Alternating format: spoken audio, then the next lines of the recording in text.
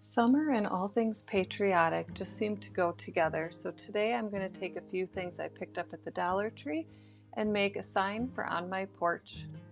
These two things I picked up here I'm going to be taking apart, and then I had this piece of wood over here that I had cut a bunch of pine boards down into for making some trays, and I'm going to use this. I had previously stained this with a dark walnut and went over it with Crystalax paint called Universal White. So the first thing I'm going to do is sand this down. I'm going to grab my sanding block and some 120 grit sandpaper. I'm just going to cut this down so that I can wrap it around that sanding block. This is how I just prefer to do it. I get a better grip of the sandpaper, and then I'm going to take it over there and just sand it down to give it that distressed, worn out look. So then all I'm going to do is just really put a lot of pressure on this because I really do want to get a lot of this white paint off so that I can see that dark stain color underneath. When you're done sanding this, you're just going to want to take a damp, lint-free rag and wipe off all that paint dust just so that you have a nice clean surface to work on. And then I'm going to set this aside and start pulling apart these Dollar Tree hangers. The Dollar Tree has a lot of different patriotic type 4th of July signs this year, and these are the two that I grabbed for this project. Now I'm going to start with the USA one, and at first I thought about just cutting off this burlap ribbon, but then I decided I might be using it later on in this project. So I took my flat nose screwdriver and just popped out those staples and put this ribbon to the side.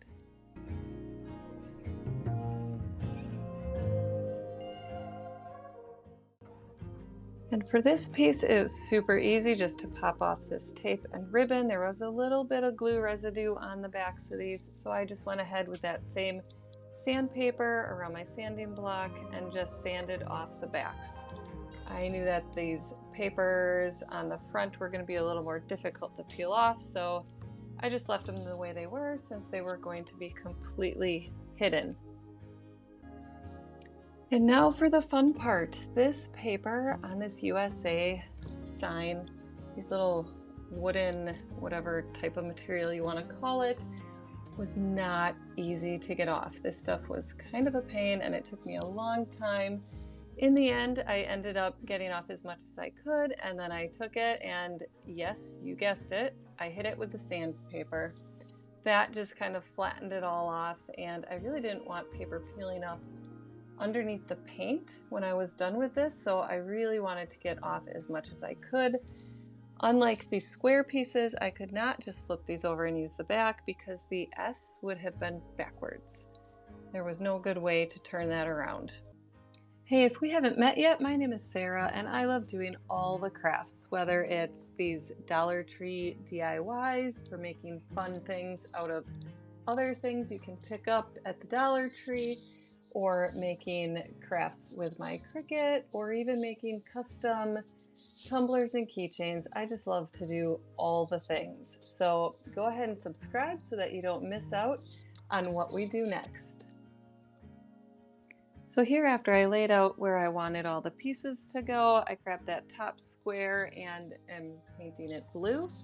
Here I have Waverly chalk paint in, I believe this is the ocean blue color. I was going more for the faded flag look with this blue. I didn't really want it to look like a brand new flag, maybe one that's been flying for a while, so it's got that sun fade to it, and this color seemed to do the trick.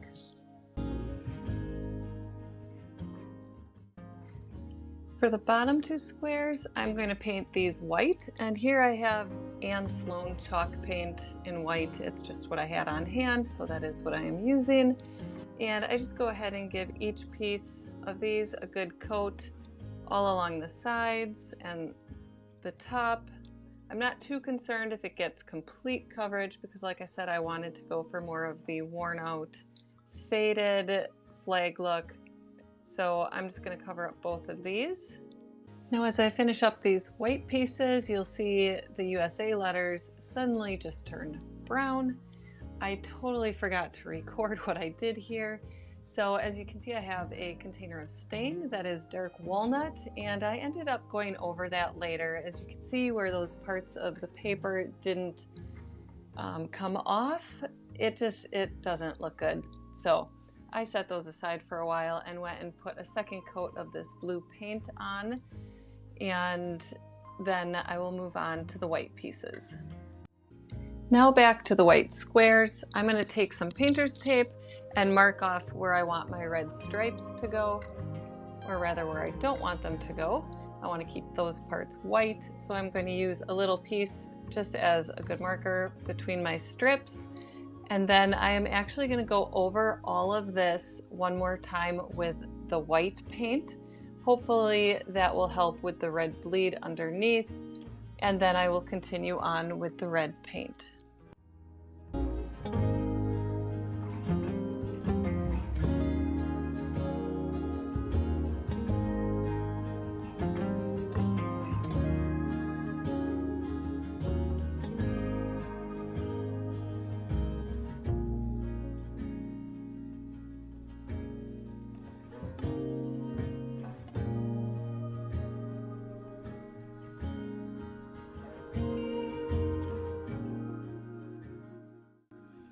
Now while I waited for the paint to dry, I headed over to Creative Fabrica, where I get almost all of my fonts and graphics.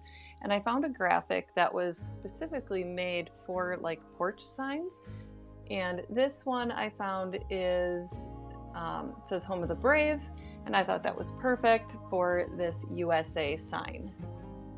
If you guys haven't been to Creative Fabrica yet, you have got to go check it out. That is my #1 go-to place when I am looking for something.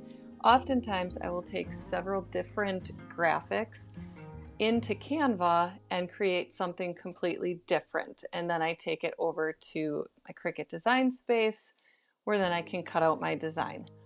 The reason why I like doing that versus using Cricut design space to design everything is because you can't take it out of Cricut design space. So I just prefer to do it this way, but you do you. I'll leave a link down below for Creative Fabrica if you want to go check it out. They always have really great deals going on. I believe right now you can get like a month for free, and then after that it's only $9 a month. And once you guys see what they all have on there, you'll know why I love it so much, and that is such a great deal.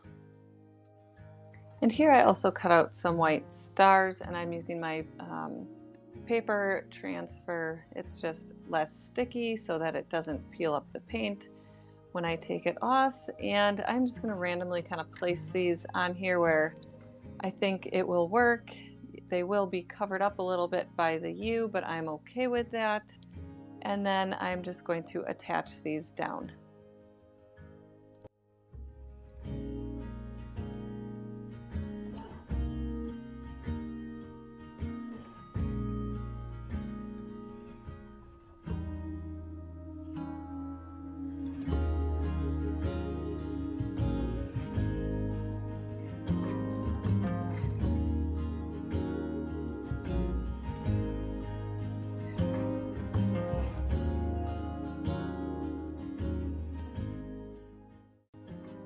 Back to the red and white striped squares, I'm taking this Waverly chalk paint. I think it's in crimson, and I'm just going over those parts that I wanted red and just making sure I get decent coverage. Again, I'm going for the worn out faded flag so it doesn't have to be perfect.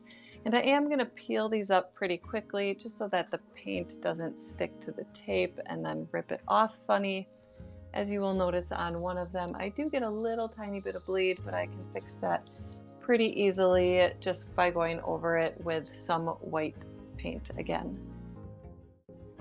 After I get the paint removed, I just place these on the board just to see about where I would like them, and then kind of gauge where they should be and where the letters should be, making sure it just kind of all looks right.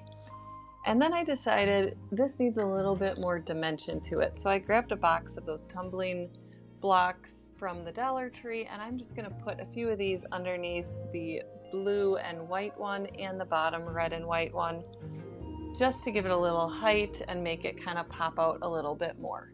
after I kind of look at where all that's going to be placed. And this is really just wherever you think it looks best. Obviously there's no rhyme or reason to this.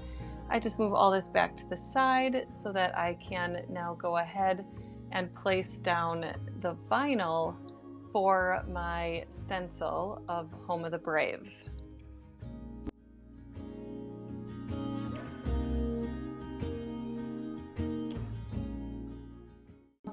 Now for the stencil, I used permanent vinyl, and I just have a huge roll of this white stuff, guys. It's just cheaper to buy it in bulk online.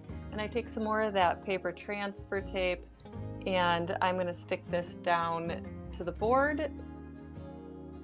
And I could have been a little more careful with my placement. I probably should have left the backing on that until I had it kind of placed where I wanted it, but I didn't.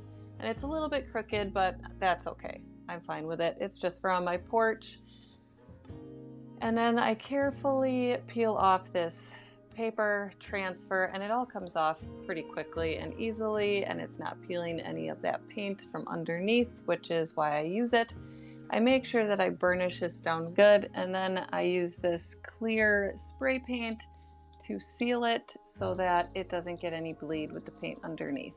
Now, as you can see, I am going over the letters with just some brown paint. I think this is like an espresso color, and I just really wanted to cover up all where that paper didn't come off. It didn't really work very well with the stain, so I'm just going to give these a good coat, and then they will be good to go. For my Home of the Brave stencil, I'm going to be using a charcoal colored acrylic paint, and I'm using just a simple makeup sponge here, and I'm just gently dabbing over the letters. You don't want to use a brush because even though there are 2 layers of spray paint over this, you could still cause some lifting of the vinyl, and then it could just get some of the bleeding underneath, which we don't want. So carefully dab over all of your open spaces. On this one, I went all the way down, and then I just re-dabbed the same paint that was there just because it looked a little bit bubbly, and it just kind of flattened it all out a little bit better. Next, I'm going to peel up this vinyl, and you guys, I was so surprised how easily this came up because it is permanent vinyl, and it does have 2 layers of spray paint on. Now, after I spray painted it, I got busy, and it actually sat overnight. So this vinyl, I was concerned that it maybe wasn't going to want to come up, but it came up really easily, and I just slowly peeled it up from top to bottom right after I was finished painting. I didn't let that paint dry at all. It came right off after I was done. And then I go back in with my weeding tool and I just pick out all those little pieces, being careful not to rub over the paint or leave a bunch of scratches in the wood. Because some of these pieces were super tiny, I do have a very little tweezers in my hand here that is just helping me to grab the corners so that I could peel them up a little bit easier. Now when that is done, I take these squares and I kind of play around a little bit with where I think that they should go. And then I am going to grab some of those tumbling tower blocks that I mentioned earlier just to raise up the top and the bottom squares here. And I really do like that a lot better. It gives it some more dimension. And the way I'm going to attach these is I'm going to take those tower blocks and I'm going to add a little bit of E6000 and a little bit of hot glue. Now the E6000 is going to give it that long-lasting hold, where the hot glue is just going to give it a really fast hold. And then I just repeat that process on the tops of the blocks to attach these boards as well. And then I'm just going to continue with that process all the way down and attach everything with the E6000 and the hot glue, because I don't want this falling apart. I don't plan on taking this apart to use for different pieces later. I want it all to stay down really well, as this is probably going to go on my front porch.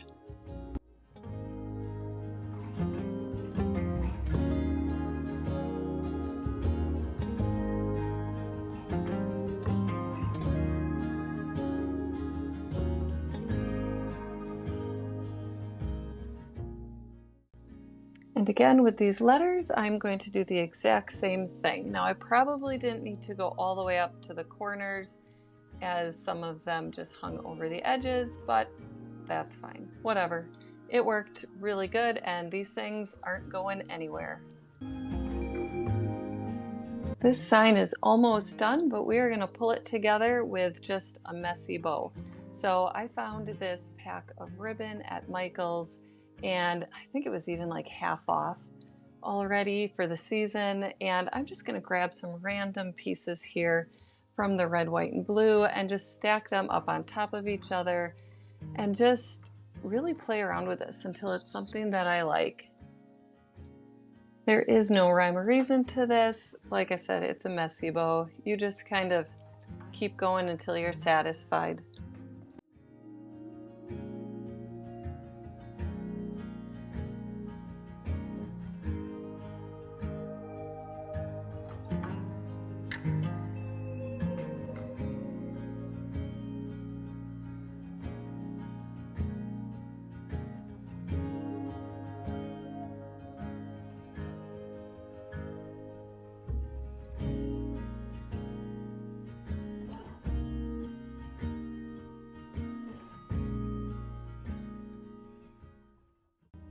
After you're happy with what it looks like, I'm just going to grab some of this jute twine that I got from the Dollar Tree.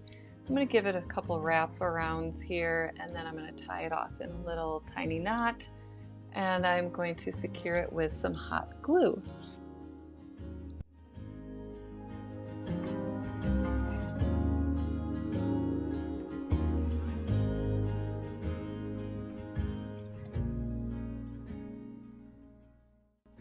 Now I'm going to grab that burlap ribbon that I pulled off of the USA sign from the beginning, and I'm going to use that as just a backing to this bow, just to kind of make it stand out a little bit better, have a bigger background to it. And I'm going to glue that down with the hot glue and then place this bow on the top of it.